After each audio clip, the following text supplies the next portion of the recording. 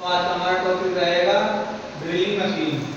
मतलब किसी वर्कशॉप में ड्रिल मशीन होना जरूरी है, उसी पे हम छिद्र या सुराख करते हैं।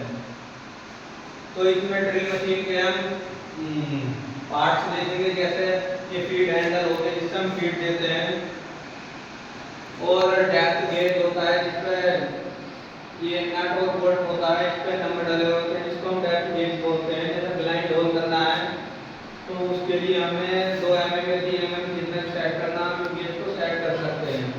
तो उसके नीचे स्पैंडल आता है, स्पैंडल में चक लगा हुआ होता है और उस चक में हम ड्रिल बिट को लगाएंगे। जैसे स्पैंडल है उसके नीचे चक हो गया, चक में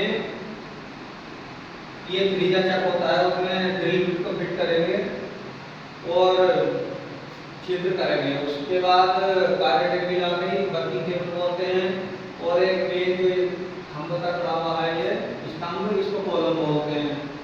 एक एडजस्टेबल लो प्लेट होता है जो वर्किंग टेबल को हम अप या डाउन कर सकते हैं। कार्य के अनुसार हम वर्किंग टेबल को सेट कर देंगे।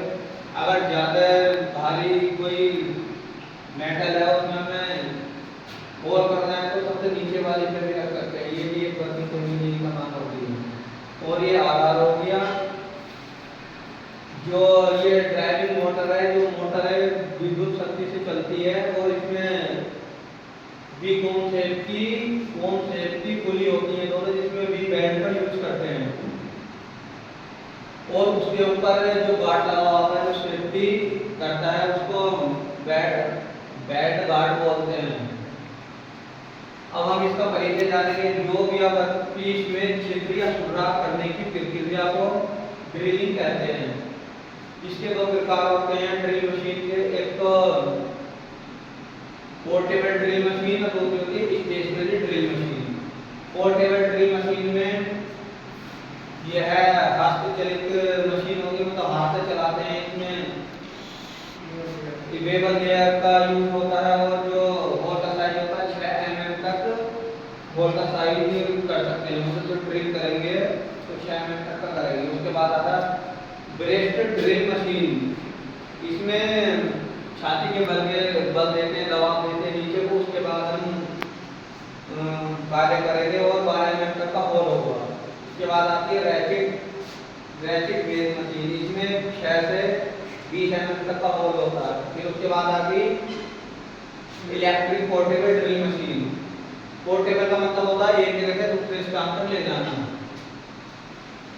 इसमें 2 भाग होते हैं, एक तो ये हो गया लाइट ड्यूटी, एक होता है हैवी ड्यूटी। लाइट ड्यूटी में जो करंट होता है 110 से 220 वोल्ट रखते हैं और होल का साइज 12 mm तक का हम इसका होल कर सकते हैं।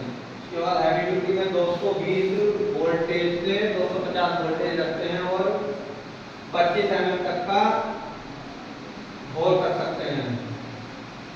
उसके बाद आता है एक एयर वाली जो हवा से चलती है, जैसे ज्वलनशील पदार्थ हो गए पेट्रोल वगैरह, वहाँ पर हमें होल करना है तो वहाँ एयर ड्यूटी मशीन आती है वो।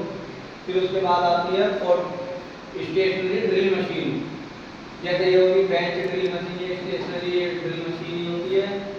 और पिलर ड्रिल मशीन, जिसमें 12.5 mm तक का ड्रिल किया जाता है और पिलर वाली से 25 mm तक का। उसके बाद आती है रेडियल ड्रिल मशीन, जो इसकी वर्किंग टेबल होती है 360 डिग्री पर रोटेट कर देती है। रेडियल ड्रिल मशीन जिसका उपयोग बहु उत्पादन या मास प्रोडक्शन में होता है।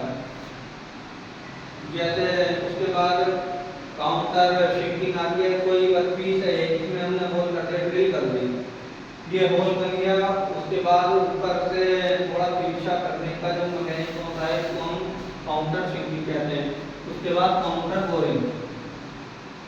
बोरिंग में एक बार पूरा बोर कर दिया जाता है, उसके बाद ऊपर का शेप दोनों साइड से बढ़ा के चारों साइड से काउंटर के शेप का कर दिया जाता है, इसको काउंटर बोरिंग कहते हैं। और ये काउंटर शिफ्टिंग ज्यादातर बाइकों के हेड में और ट्रैक्टर या ट्रक वगैरह जो हेड होते हैं उसमें काउंटर शिफ्टिंग का यूज होता है। ठीक है, तो आज का टॉपिक हमारा